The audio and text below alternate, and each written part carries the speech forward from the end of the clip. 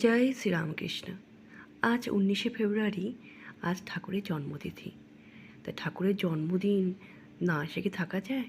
তাই চলে এসেছি মেয়েকে নিয়ে রামকৃষ্ণ মিশন আশ্রমে। কী সুন্দর সাজিয়েছে গেটটা, দেখো।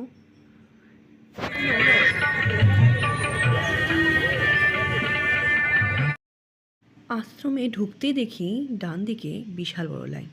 তো ভাবলাম কী ব্যাপার, কিসের লাইন? গিয়ে দেখি প্রসাদ দিচ্ছে। বড় বড় শালপাতা বাটিতে খিচুড়ি, লাবড়ার চাটনি দিচ্ছে। যথারী দাঁড়িয়ে পড়লাম, নিয়েও নিলাম। কী স্বাদ, তার অপূর্ব স্বাদ। প্রসাদ খেয়ে আমরা চলে গেলাম আশ্রমের ভিতরে। কী সুন্দর লাগছে দেখতে চারদিকটা।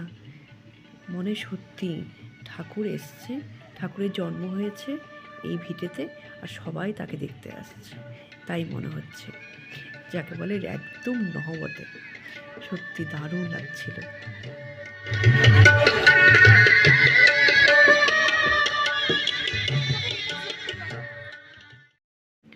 সারাদিন আজকে আশ্রমের প্রোগ্রাম ছিল।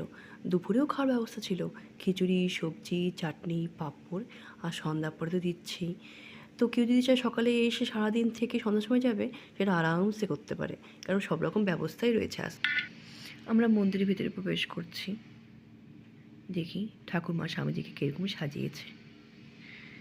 মন্দিরের ভিতরেও খুব ভিড়, সবাই কেউ কেউ ধ্যান করছে বসে বসে।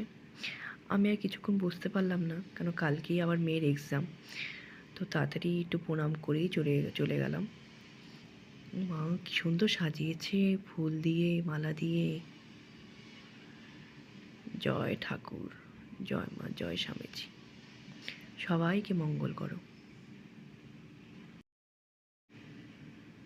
ঠাকুমা স্বামীজিকে প্রণাম করেই আমি আবার বেরিয়ে পড়লাম। বেরিয়ে আসছে, দেখো ফুলগুলো কী সুন্দর লাগছে দেখতে। সেদিনকেও তোমাদের দেখিয়েছিলাম, তাই না? ফুলের ভিডিও করেছিলাম, অপূর্ব লাগছিল।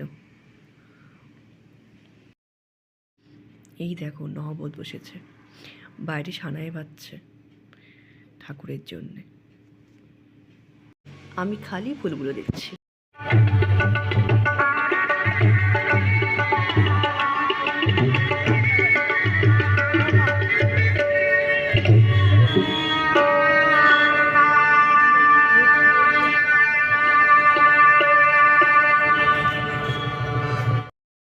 বাইরে এসেই দেখি আরেকটা লাইন।